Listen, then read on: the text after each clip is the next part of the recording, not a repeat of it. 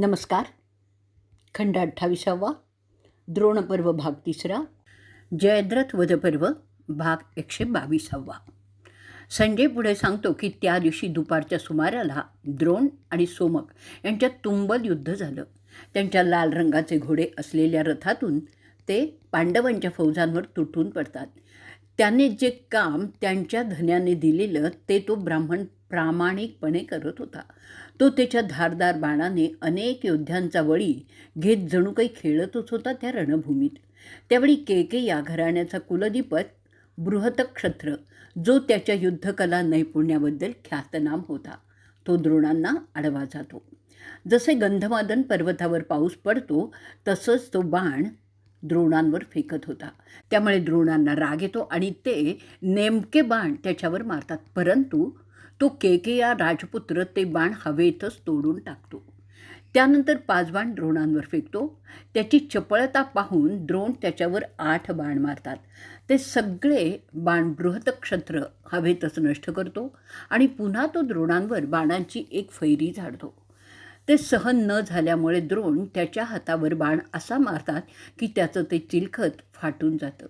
त्यानंतर दुसरा मारतात, जो त्याच्या अंगातून जाऊन खाली जमिनीवर पडतो. त्यामुळे त्याचा रागही अनावर होतो आणि तोही त्यांच्यावर 70 बाण फेकतो. त्यानंतर तो द्रोणांच्या सारथ्याला वरमी बाण मारतो.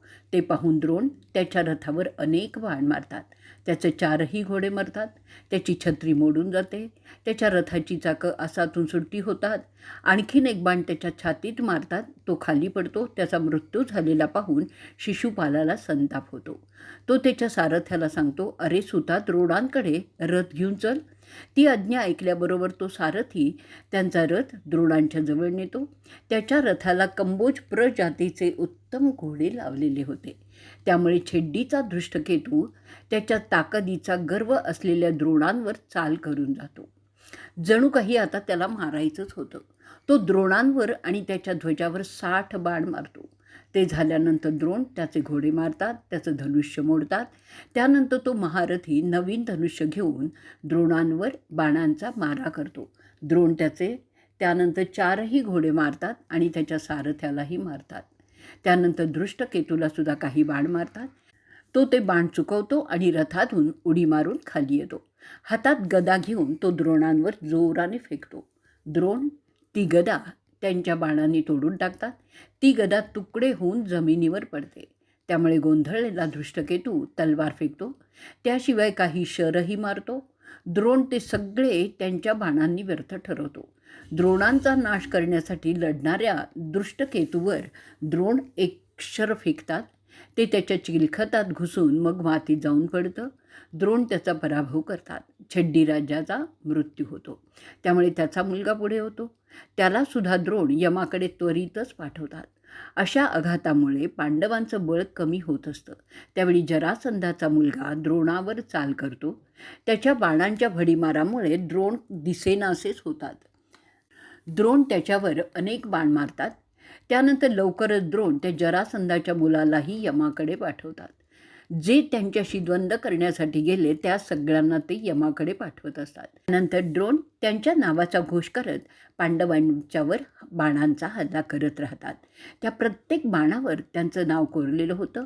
त्या लहान मोठ्या बाणाने अनेक हत्ती, घोडे, पायदळातील सैनिक असे बरेच जण मारले जातात आणि त्या दोन्ही बाजूंचं नुकसान होतं.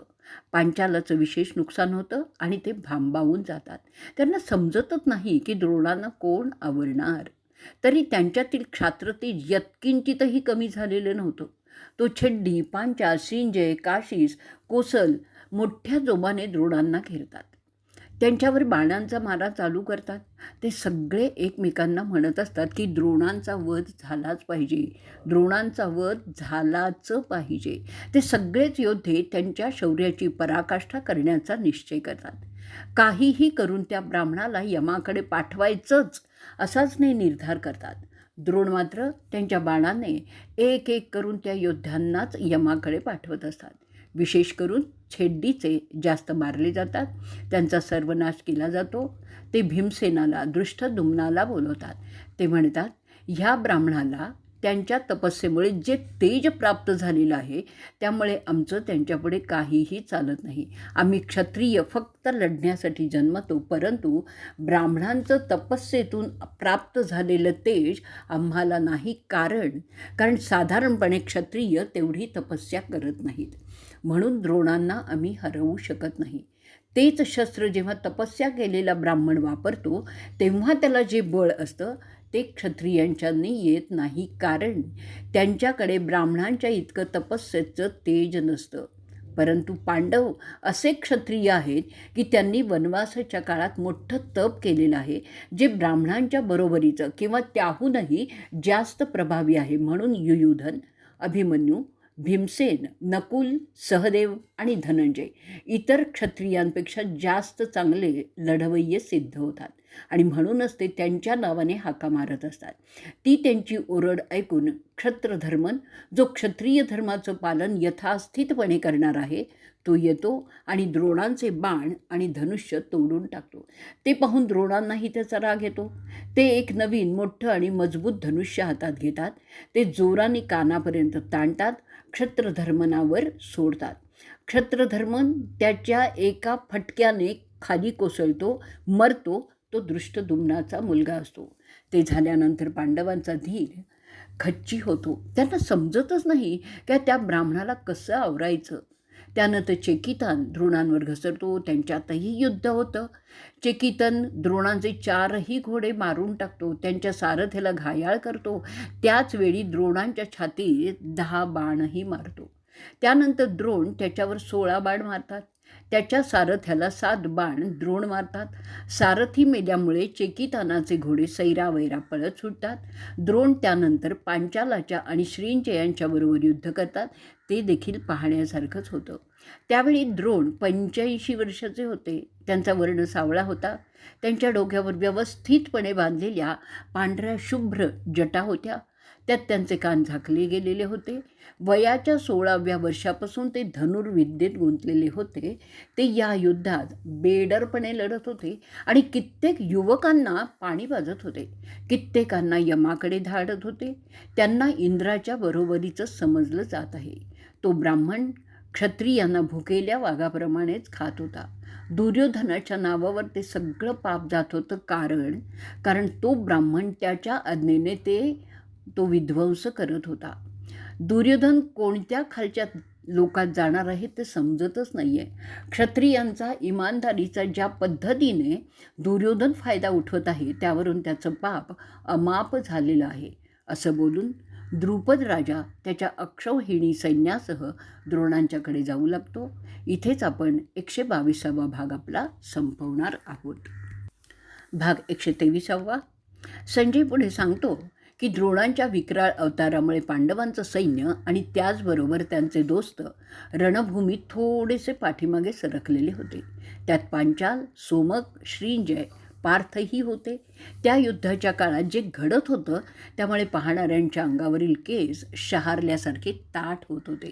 जो नरसंहार होत होता ते पाहून तर काळजाचे ठोके चुकत होते. जसं युगांत होत आहे असंच वाटत होतं. द्रोण मोठमोठ्यांदा आव्हानात्मक गर्जना करत होते. पांचालाचा तर विध्वंस होत होता. पांडवांचे हत्याकांड होत होतं. त्याचवेळी युधिष्ठिर काळजी करत होता की आता अशा परिस्थितीत काय करायचं. त्याला सतत सव्यसाचीची आठवण येत होती, परंतु त्या जागी धनंजय आणि कृष्ण दोघंही उपलब्ध नव्हते ही परिस्थिती सावरायला. कपिधारी रथ दिसत नव्हता. त्याच्या गांडीवाचे टणात्कारही ऐकू येत नव्हते. राजा युधिष्ठिर आता चिंताक्रांत झाला होता. त्याला सत्तकीसुद्धा कुठेही दिसत नव्हता. त्याची काळजी पराकाष्ठेला पोचलेली होती.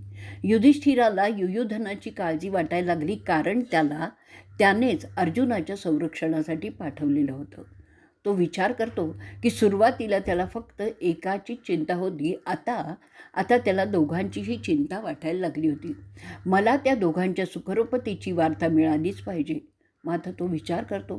त्याने सत्यकीला अर्जुनाचा मागोवा घेत जाण्यास सांगितलं होतं. आता सत्यकीचा मागोवा घेऊन कोणाला पाठवू असा प्रश्न तो स्वतःला विचारत होता. ज्या कोणत्या प्रकारे त्याची जागा मिळाली तर बरं असा तो विचार करत होता. मी जर ते केलं नाही तर जग माझ्या तोंडात शेडच घालील. म्हणून म्हणून मी वृकोदराला पाठवून त्या दोघांची माहिती काढायला पाहिजे. माझं प्रेम जितकं अर्जुनासाठी आहे तितकंच युयुधनासाठी सुद्धा आहे.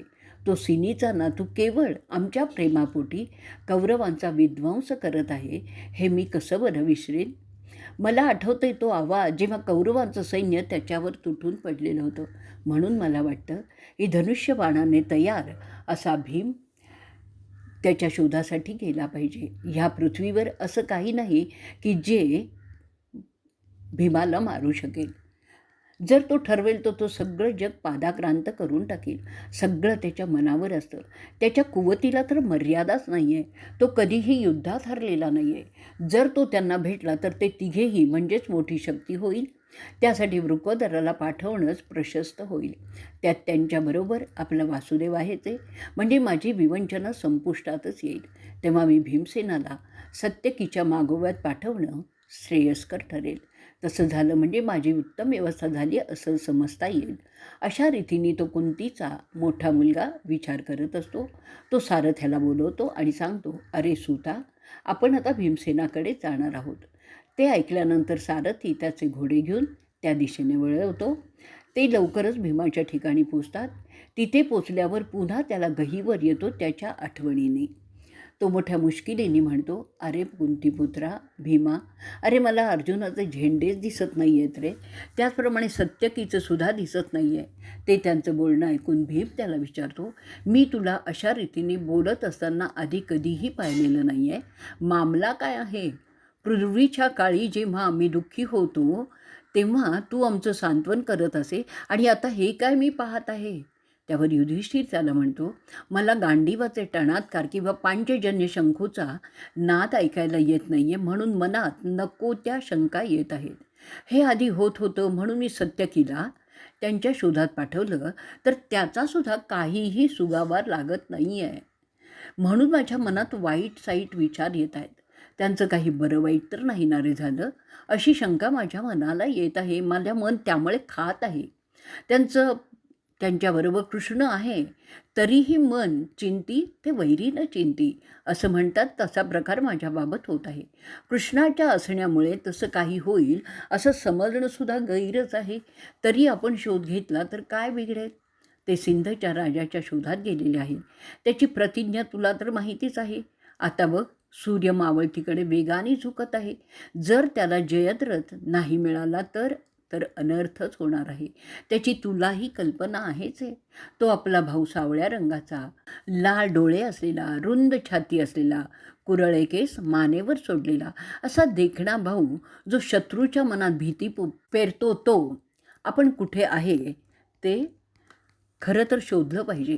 त्याच्या दर्शनाशिवाय मला काहीही सुचणार नाही. मी त्यांना नाही पाहिलं तर मात्र आता बेहोश होईल. मला भीती वाटते की तो तरुण सत्वत घराण्याचा कुलदीपक कुठे गायब झाला आहे. त्याला द्रोणांनी काही केलं तर नसेल ना रे. ते दोघंही सामर्थ्यवान आहेत, तरीही शोध घ्यायला काय हरकत आहे. जर तुला वाटत असेल की मी तुझा मोठा भाऊ आहे, माझं ऐकायला पाहिजे, तर तू त्यांचा शोध घेण्यासाठी निघशील. सत्यकी माझ्या सांगण्यावरून अर्जुनाचा शोध घेण्यासाठी गेला आहे. तो सुद्धा कुठे गेला ते मला पाहायचं आहे. तो आपल्याला धनंजया इतकाच प्रिय आहे. ते दोघेही ज्या मार्गाने गेले त्या मार्गाने जाणं सोपं नाही आहे. त्यांची खबर मला केलीच पाहिजे. तुझ्याबरोबर तुझे प्रामाणिक सेवक घेऊन निघ. ते भेटले की मोठ्यांदा गर्जना करून मला ती खबर दे. इथेच आपण आपला 123वा भाग संपवणार आहोत. भाग 124. भीम ते ऐकून युधिष्ठिराला म्हणतो, ज्या रथातून पूर्वी ब्रह्म आणि ईशान आणि इंद्र आणि वरुण युद्धासाठी गेले होते, त्या रथातून आज 2 कृष्ण गेलेले आहेत. त्यांना कसलंच भय नसतं. परंतु तू म्हणतोयस म्हणून मी जातो, परंतु काळजी तू करत बसू नकोस. त्यांचं दर्शन झाल्याबरोबर मी तुला संदेश पाठवीन. असं बोलून तो जाण्याच्या तयारीला लागला. संजय पुढे सांगतोय की तयारी करीत असताना तो वेळोवेळी युधिष्ठिर आणि दृष्टद्युम्नाशी तसंच इतर पांडवांशी संभाषण करत असतो. तो महाबली पांडव दृष्टद्युम्नाला म्हणतो, प्रिशताच्या मुला, माझे त्या दोघांना शोधण्यासाठीचं जाणं युधिष्ठिराच्या संरक्षणापेक्षा जास्त महत्त्वाचं नाही आहे, परंतु त्यांनी आज्ञा केली आहे म्हणून मला जावं लागत आहे. मी त्याला नाही म्हणू शकत नाही. मी तिथे जाणार आहे जिथे सिंधचा राजा लपलेला आहे मरण्यासाठी. मी पूर्ण विश्वासाने अर्जुन आणि सत्यकी यांच्या शोधात जात आहे. म्हणून आता तुझी जबाबदारी आहे ह्या राजाच्या संरक्षणाची. सगळ्या जबाबदाऱ्यांमध्ये ती सर्वात मोठी आहे हे तू लक्षात घेऊन असावं. ते ऐकल्यानंतर दृष्टद्युम्न त्याला सांगतो, मी ते सगळं करणार आहे जे तू माझ्याकडून अपेक्षित करतोयस. तू बिनधास्तपणे त्यांचा शोध घेण्यासाठी जा. द्रोण तुझ्या गैरहजेरीत राजाला कैद करू शकणार नाहीत. आणि ते सगळं व्यवस्थित ठरल्यानंतर अर्जुन आणि सत्यकी यांना शोधण्यासाठी भीम निघतो. त्यावेळी युधिष्ठिर भीमाला आलिंगन देतो, त्याच्या माथ्याचं चुंबन घेतो. युधिष्ठिराला एक प्रदक्षिणा करून आणि 8 शुभलक्षणी गोष्टींना स्पर्श करून मध दही चाकून तो निघतो. त्याचवेळी त्याचे डोळे लाल झालेले असतात. त्यावेळी ब्राह्मण विधी करतात, ज्यावेळे दैवी शक्ती त्याला संरक्षण देण्यास बांधल्या जातात. ते केल्यानंतर त्याला खात्री झाली आहे की तो त्याच्या कामात निश्चितपणे यशस्वी होणार. तो त्याचे कवच अंगावर घालतो आणि हातात चामड्याचे हातमोजे घालतो. त्याच्या रथात चढतो. तो त्या स्वारीसाठी निघणार तेवढ्यातच त्यांना पंचजन्य शंखाचा मोठा आवाज दुरून ऐकू यायला लागतो. ते ऐकून युधिष्ठिर भीमाला म्हणतोय, ते पहा, कृष्ण आणि अर्जुन मदतीसाठी पुकारतायत असंच मला वाटतं आहे. माझी खात्री आहे इथे कोणत्या तरी मोठ्या संकटात पडले असावेत, म्हणून तू त्वरा कर आणि तिथे जा. भीम त्यांचं शंखू वाजवतो आणि अखेरीस त्यांना शोधण्यासाठी निघतो. त्यांनी त्याचं धनुष्य सज्ज ठेवलेलंच होतं. त्याच्या रथाचा वेग तो घेतो. त्याचा सारथी अशोक असतो. तो पुढे जाताना शत्रूंच्या फौजावर बाणांचा मारा करतच असतो. त्याच्या मागून शूरवीर पांचाल आणि सोमकही जात असतात. जसे स्वर्गात इंद्राच्या मागून देव जातात. भीमाच्या वाटेत तुमची मुलं आडवी येतात. त्यात दुःशासन, चित्रसेन, कुंडभोदी, विवंसती, दुर्मुख, दुस्साह, सल, विंद, अनुविंद, सुमुख, दीर्घबाहू, सुदर्शन, सुहस्त, सुषेना, दुर्विमोचन हे होते. त्यांच्या सैन्यासह ते त्याच्यावर चाल करतात. त्यांच्याकडे दुर्लक्ष करत तो द्रोणांच्याकडे जातो. द्रोणांची हत्ती पलटण तो बाणांच्या माराने नष्ट करतो. जेव्हा सरब म्हणजे एक भयंकर प्राणी ज्याला 6 पाय होते, ती प्रजाती आता कालवश झालेली आहे असो. जेव्हा सरब येतात तेव्हा हत्तीसुद्धा पळून जातात, तसं ते होत होतं. ते केल्यावर तो द्रोणांकडे पोचतो. तिथे द्रोण त्याला अडवतात. ते भीमाच्या कपाळावर बाण मारतात. त्यांना वाटतं की भीम त्यांना सन्मानानं वागेल जसं अर्जुन करत असे. ते वृकोदराला म्हणतात, अरे भीमसेना, माझ्या क्षेत्रात तू प्रवेश करू शकणार नाहीस. कृष्ण आणि अर्जुन आधी माझ्या परवानगीने गेले होते, परंतु तसं तू करू शकणार नाहीस आणि तू जाऊही शकणार नाहीस. ते त्यांचं आव्हानात्मक बोलणं भीमाला काही रुचलं नाही. तो संतापाने ओरडतो त्यांच्या अंगावर, अरे भिकारड्या ब्राह्मणा, ते तुझ्या मर्जीने गेले असं नाही आहे. तो माझा भाऊ अजिंक्य आहे, त्याला कोणाची परवानगीच लागत नाही.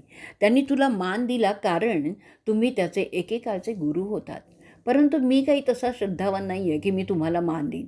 मी भीमसेन आहे. आम्ही तुम्हाला आमच्या पित्याच्या, गुरुच्या आणि मित्राच्या जागी पाहत आलेलो आहोत. आम्ही तुमचे मुलगे आहोत. त्या विचारसरणीमुळे आम्ही आपल्याला नेहमीच मानाने वागवत आलेलो आहोत. परंतु ज्या भाषेत तुम्ही आज माझ्याशी बोलत आहात, मला वाटतं की त्या गोष्टीत बदल करण्याची आवश्यकता आहे. तुम्हाला जर आमच्याशी शत्रुत्व करायचं असेल तर मी त्यासाठी तयार आहे. ह्यापुढे मी आपल्याशी तसाच वागीन जसं एका शत्रूशी वागलं जातं. तसं बोलून भीम गदा द्रोणांवर फेकतो, परंतु द्रोण त्वरितच रथातून उडी मारून खाली उतरतात, त्यामुळे ते वाचतात. ते जर केलं नसतं तर द्रोण त्या गदेच्या फटक्याने चिरडलेच गेले असते. असं सांगण्याचं कारण त्या गदेच्या फटक्याने द्रोणांचा रथ मातीत त्याच्या घोडे आणि सारथ्यासह रुतला. त्यानंतर तो द्रोणांचे अनेक योद्धे चुरडून टाकतो. त्यानंतर तुमचे मुलगे पुन्हा भीमाला घेरतात. द्रोण दुसऱ्या रथात चढतात. ते व्यूहाच्या द्वाराकडे जातात. भीम त्याच्या बाणांनी कौरवांच्या अनेक पलटणी ओलांडत जात असतो. तुमचे मुलगे त्याच्याशी लढाई सुरू करतात. त्याची संख्या जास्त असते. तो प्राणपणाने त्यांच्याशी लढत असतो. त्यांना भीमाला ठार मारायचं असतं. भीम तुमच्या मुलांनी फेकलेले विषारी शर हवेतच तोडून टाकत होते. ते खरोखरीच पाहण्यासारखंच आहे. त्यानंतर ते जास्तच झाले. भीम तुमच्या मुलांना ठार मारायला लागतो. त्यात सुसेना, दीर्घनेत्र, कुंडभेदी मारले जातात. त्यानंतर तो वृंदारकाला ठार मारतो. त्यानंतर आणखीन बाण फेकून तो तुमचे आणखीन पुत्र ठार मारतो. त्यांची नावं अशी होती: अभय, बौद्रकर्मन, दुर्विमोचन. कौरव पंडूंच्या मुलावर पावसासारखे बाण फेकत असतात. भीमाला त्याचा काहीच त्रास होत नाही. भीम हसत हसत विंद, अनुविंद आणि सुवर्मन यांना यमाकडे पाठवतो. त्यानंतर भीम सुदर्शनाला बाणाने भोसकतो. तोही मरतो. थोड्याच वेळात तो कौरवांच्या फौजांकडे नुसतं पाहतो. तेच ते पळून जाऊ लागतात. भीम पाहूनच ते घाबरून जात होते. परंतु भीम त्यांना काही सोडत नाही. तो त्यांचा पाठलाग करतो, त्यांना पकडतो आणि मारायला लागतो. तुमच्या सैन्याचा संहार होतच असतो. त्यांना ठार मारल्यानंतर भीम एक मोठी गर्जना करतो. ती ऐकूनच सगळे घाबरून जातात. त्याशिवाय तो दंड थोपटतो. त्याचा फार मोठा आवाज होतो. ते तुमचे योद्धे द्रोणाकडे जातात. इथेच आपण आपला 124वा भाग संपवणार आहोत. भाग 125वा.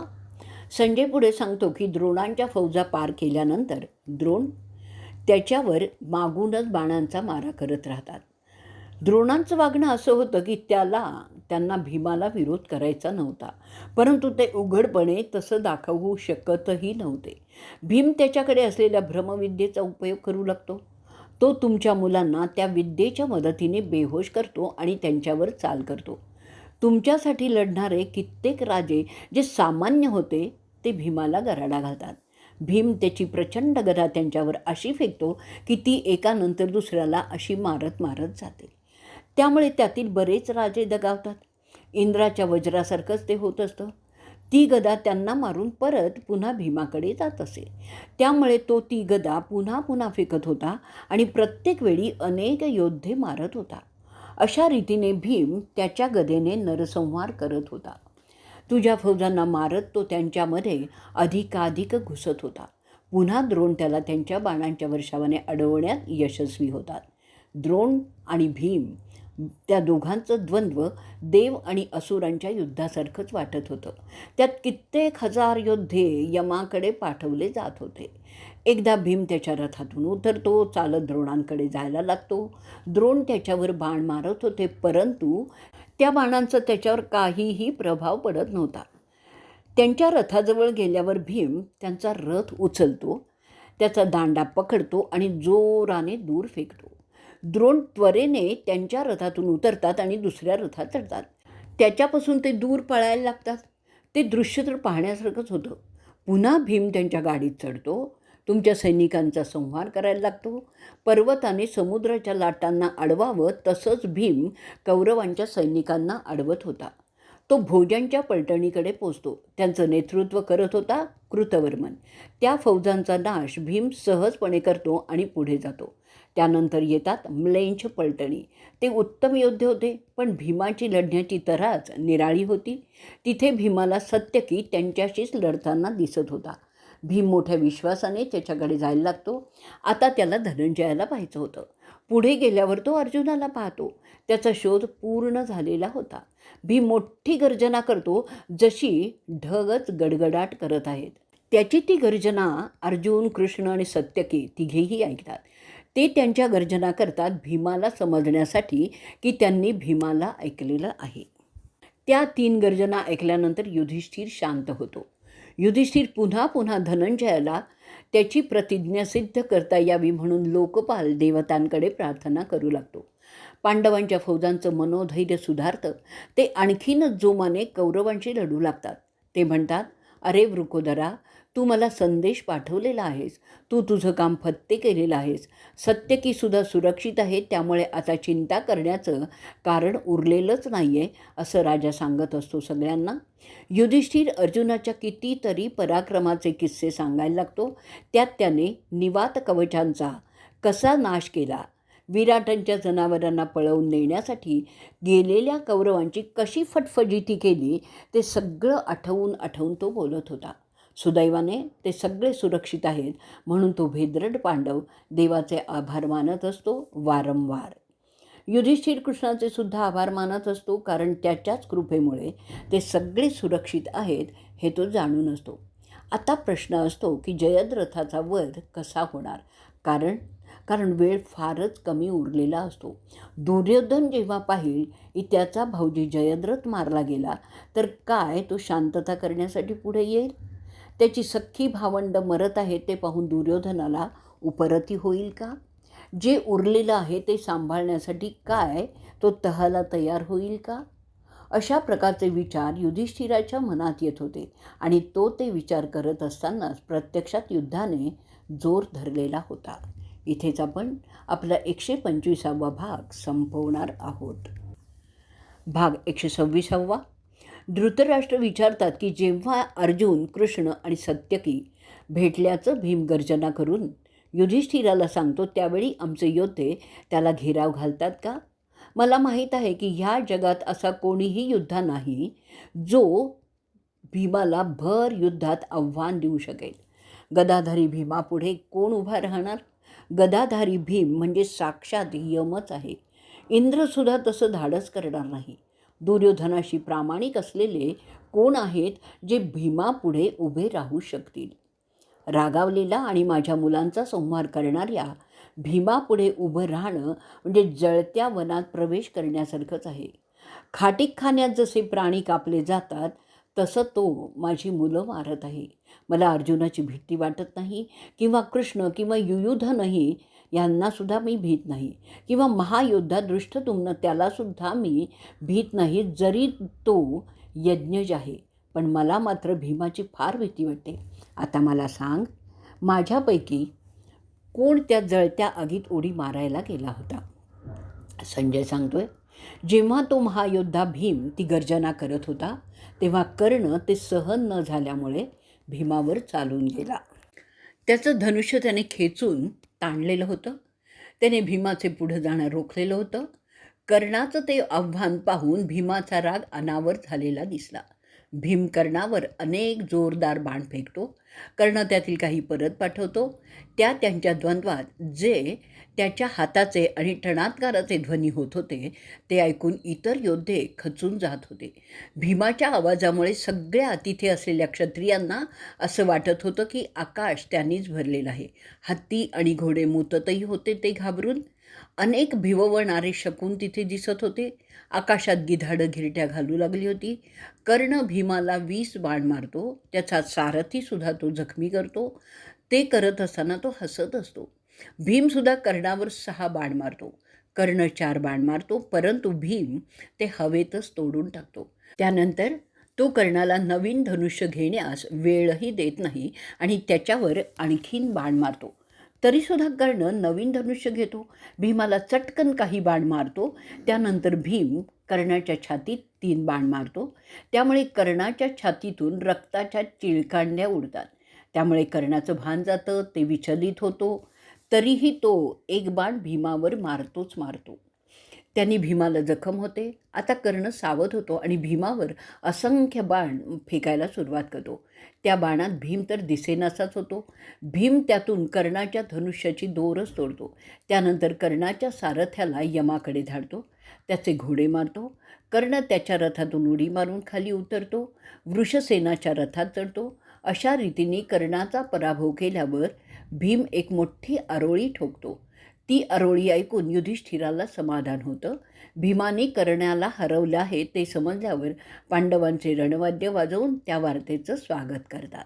अर्जुन त्याच्या गांडीवरचे टणात्कार काढून आणि कृष्ण पांचजन्य शंखाचा नाद करून ते साजरे करतात. त्या सगळ्या आवाजात भीमाच्या आरोळीचा आवाज सर्वात मोठा होता. कर्णाचे बाण कमजोर होते आणि भीमाचे जोरदार होते. इथेच आपण आपला 126वा भाग संपवणार आहोत.